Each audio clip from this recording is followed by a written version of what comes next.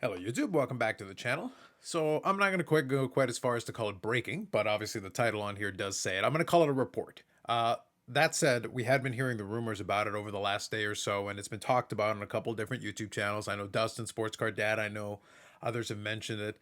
I laughed in the Discord because we had that briefly mentioned, but then no specific follow-up. But we had been hearing a couple of circulating rumors about PWCC being acquired or being sold. Sports Car Radio, even today, had a video in which they alluded to it as well, and that discussion point. And well, here we go. Darren Rovell at theactionnetwork.com, and I'll include a link to the brief article here in the description if you want to check it over for yourself. Includes it from their side of it as breaking. Fanatics acquires PWCC, further consolidating its position in sports collectibles. The article itself includes a little bit of basic information, a little bit of a rundown. Really what it comes down to is Fanatics adding more to its acquisitions. It keeps touching on different categories. Obviously, it was looking at the breaking platform. It has tops in its portfolio.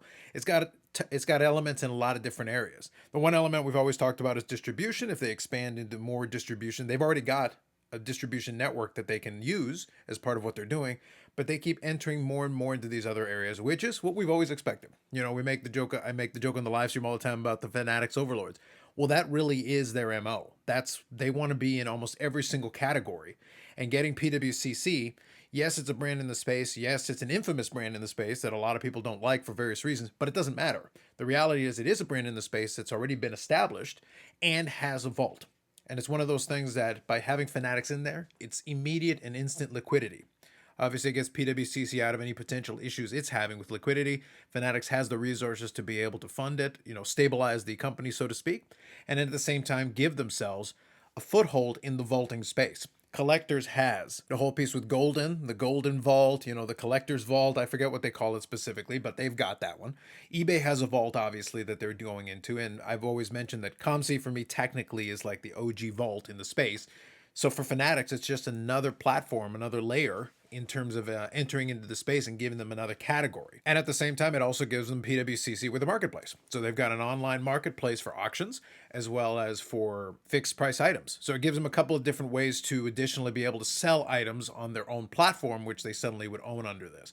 Obviously, there's more pieces to be known as we go forward. It's, immediate early days. We're in the breaking news section of things, where we're just open to speculate on exactly what happens going forward with it.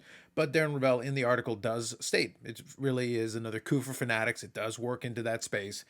Topps added to its portfolio 17 months ago. It feels like it's been longer, but in reality, Fanatics has made a lot of these moves in relatively short order. And obviously, we still haven't even gotten into what's going to happen with licenses and whether they're able to do anything with Panini.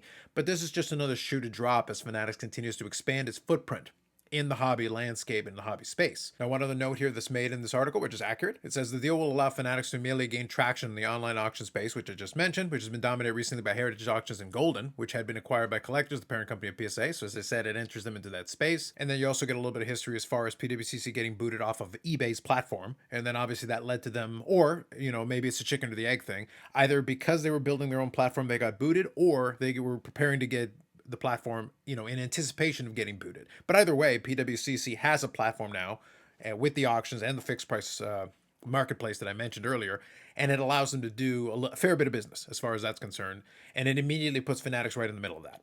And with the liquidity and the money that Fanatics has to be able to potentially build up that platform, they can fix a lot of the little things that PWCC has had issues with in the past, build up that platform and make it more functional, which can certainly help out as far as that's concerned. And then they gain, like I said, the vault in Oregon, which allows them a certain amount of flexibility as far as making that marketplace a little bit more viable for a lot of folks. It really comes down to how competitive they want to be in that space and how they want to adjust, if any.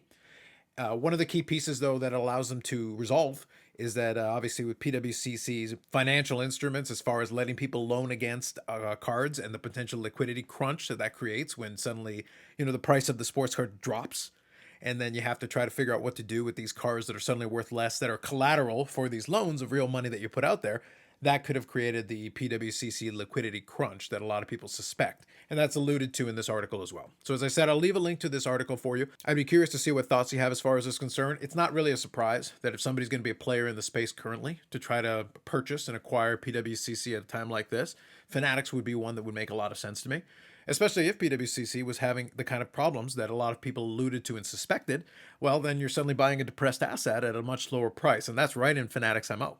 A lot of times with the Topps one, I think they kind of manufactured the depressed asset at the time for them, and they're trying to put some pressure on Panini and trying to create that scenario there. Well, PWCC had that scenario, so suddenly it makes it a lot more attractive target for Fanatics as they try to expand the different offerings they have in the marketplace. So it'd be interesting to see how that one plays out. But there you go, a little bit of fun here on a holiday Monday as far as action happening in the sports card landscape in space. Anyway, that's it for me for now. More videos coming up on the channel. Live streams on Friday, 8 p.m. Eastern time, where maybe we'll talk about this if it gets some traction over the course of the week, or whatever else is going on at the time. That said, like if you like the video, subscribe to the channel. Thanks very much, and we'll catch you in the next one.